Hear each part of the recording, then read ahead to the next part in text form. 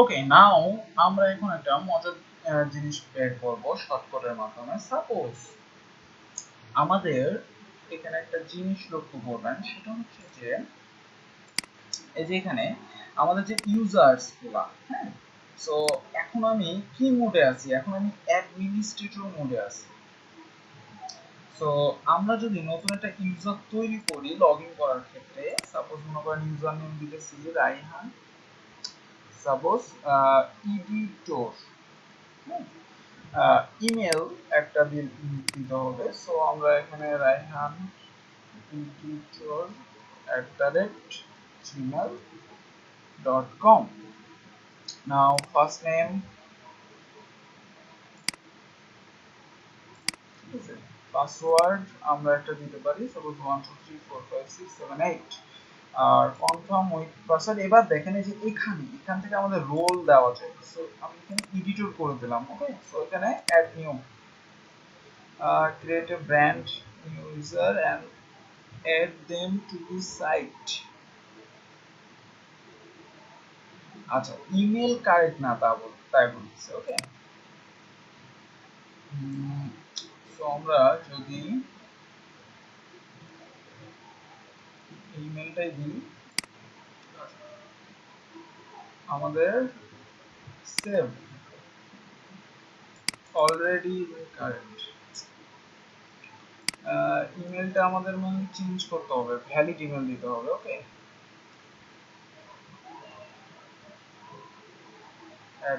@gmail। ও আচ্ছা, আমাদের মনে হয় এখানে বানানটা ভুল করছিলাম। gmail.com। আচ্ছা, এটাই দিলাম, ওয়েবসাইট দেওয়া দরকার নেই। পাসওয়ার্ড 1234567 8।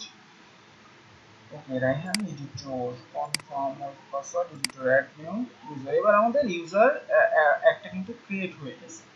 ওকে, সো মনে করেন আমি আরেকটা ক্রিয়েট করব। সাপোজ এটার নাম দিলাম সাবস্ক্রাইবার, সাপোজ এটাই দিলাম। এবার ওকে, এখানে একটু চেঞ্জ করে দিই। নাও শো পাসওয়ার্ডের এখানে আমি 1234567 8 দিলাম। এবার সাবস্ক্রাইবার হিসেবে সেট করতেছি এটা। ওকে, সাবস্ক্রাইবার হিসেবে সেট হয়েছে। তো আমি যদি আরো একটা করি, সাপোজ আর একটা করি, হ্যাঁ, এডিটর 2, মনে করেন এডিটর 2,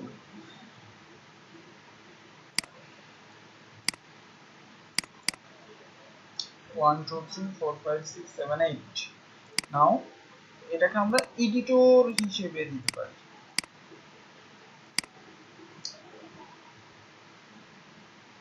আচ্ছা, এই ইমেলে আর নিবে না, অনেক হয়ে গেছে।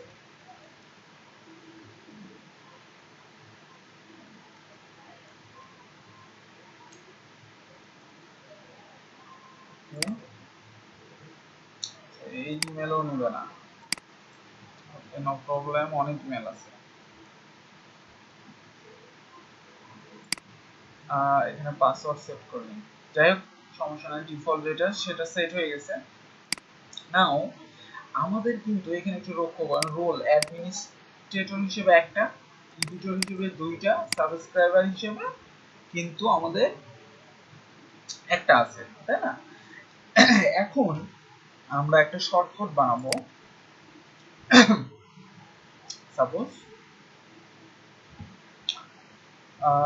আমরা এখানে শর্টকাটস এর মধ্যে আমরা সাপোজ এই জায়গায় আমরা একটা শর্টকাট বানাবো। সাপোজ মনে করুন শর্টকাটের নামটা হবে ইউজার, শর্টকাটের নামটা হবে ইউজার। ওকে, সো একটা দিলাম। সো এর মধ্যে সাপোজ আমি এভাবে লিখবো রোল ইকুয়াল টু, এবার যেটা লিখবো, যেটা এখানে লিখবো সেটার ইনফরমেশন আমার বের হয়ে চলে আসবে। ওকে, সাপোজ এডিটর, এখন এডিটরে কে কে আছে আমি যেগুলা বানালাম তার ইনফরমেশন গুলা আমাদের চলে। ওকে, এখানে আমি এখন যেটা লিখবো, suppose subscriber, suppose author, suppose administrator, যেটা লিখবো সেটা চলে আসবে। ওকে, সো অনেক মজার জিনিস। দেখেন এখন যদি আমি এটা রিলোড দিই, দিয়ে যদি পেজ ভিজিট করি, এখন কিন্তু এটাই শো করবে, কারণ এই নামের কোনো এখন শর্টকাট বানানোই নাই। এই যে ওই নামটাই শো করতেছে। সো এই নামের এখন আমাকে শর্টকাট বানাতে হবে। সো এটার জন্য আমরা সব শেষে অ্যাড শর্টকাট,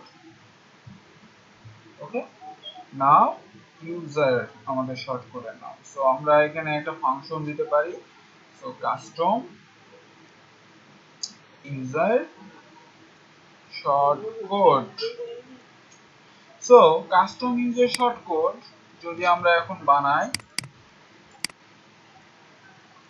ফাংশন, ওকে, সো এখানে প্রথম প্যারামিটার হিসেবে এটি টিএস নিলাম, ওকে। নাও এবার আমরা যেটা করব দেখেন, সেটা হচ্ছে একটা ভ্যারিয়েবল নেব। Suppose user role equal,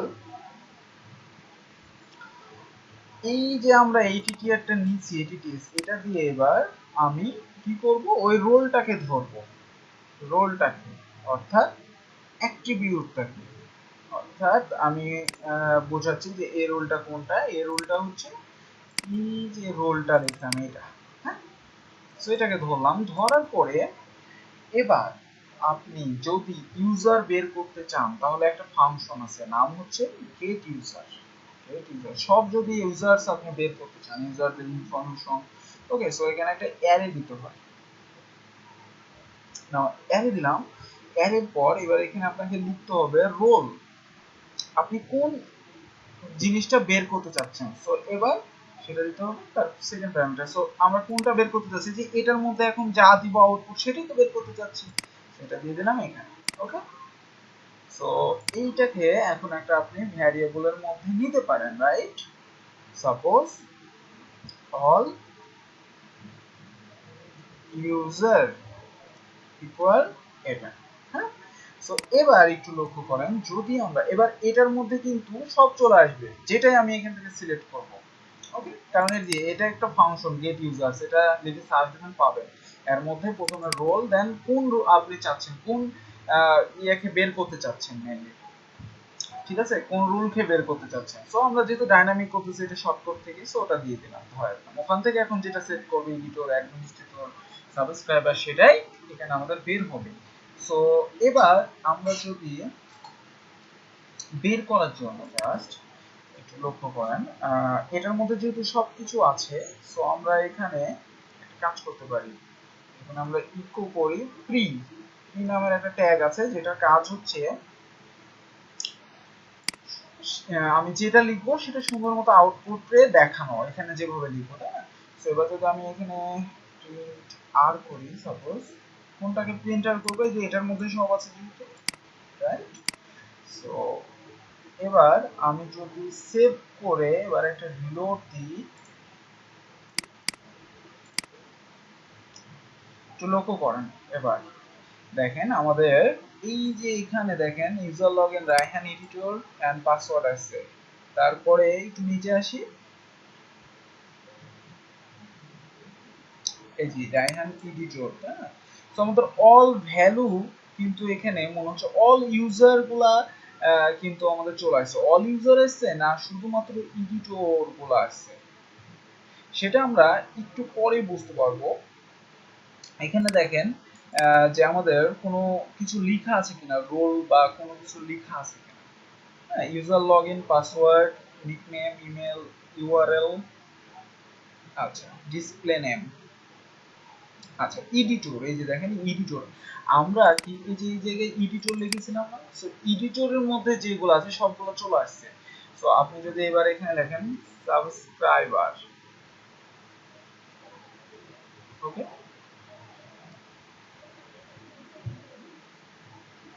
so update, নাও রিলোড। সো দেখেন এবার কিন্তু আমাদের জাস্ট সাবস্ক্রাইবারের এই যে আইডি 3 নম্বর, এই যে দেখেন আমাদের user login just Raihan user subscriber, শুধুমাত্র একটা, আমাদের সাবস্ক্রাইবার কয়টা আছে সেটাই কিন্তু আমাদের ইনফরমেশন এখানে চলে আসছে। এই যে এটা ইনফরমেশন দেখছেন, নামটা রায়হান সাবস্ক্রাইবার, তারপরে আপনি যদি ইমেলটা দেখতে চান, ফার্স্ট নেম, লাস্ট নেম, তারপর নিক নেম, সবগুলাই কিন্তু এখানে আপনি এখন দেখতে পারবেন। এখানে সব ইনফরমেশন গুলাই চলে আসছে। এই যে সাপোজ ইউজার লগইন, এটা পাস, এটা ইউজার নিকনেম, এই যে দেখেন ইউজার ইমেল, এটা দিয়ে ইমেল আমরা খুলছিলাম, ইউজার ইউআরএল দেওয়া নাই, রেজিস্টারেড ক তারিখে আমরা রেজিস্টার, কয় টাইম, কোন টাইমে করছি, হ্যাঁ অ্যাক্টিভেশন কি একটা জেনারেট হয়েছে, স্ট্যাটাস 0। সো অল ইনফরমেশন কিন্তু আমাদের বের হয়েছে, আর নাই কিন্তু, এটা একটাই কাজ। সো এখন যদি আমরা আরেকটা সাবস্ক্রাইবার হিসেবে রেজিস্ট্রেশন করি, সো আমাদের কিন্তু কি আরেকটা কিন্তু বের হয়ে যাবে, তাই না? সো এখন আমরা যেটা শিখবো সেটা হচ্ছে, এটা তো অল এভাবে বের হচ্ছে সুন্দর মতো, আমরা চাচ্ছি মনে করেন শুধুমাত্র আপনার হচ্ছে নামটা আর ইমেলটা বের করতে, শুধুমাত্র নাম আর ইমেল বের করবো। আমরা এখানে যেটা লিখবো, আমরা এখানে যেইটা লিখবো, যে রোলটাই লিখবো, তার নাম আর ইমেলটা বের করবো। সো এটা কিভাবে করবো, সেটা আমরা নেক্সট পার্টে দেখি।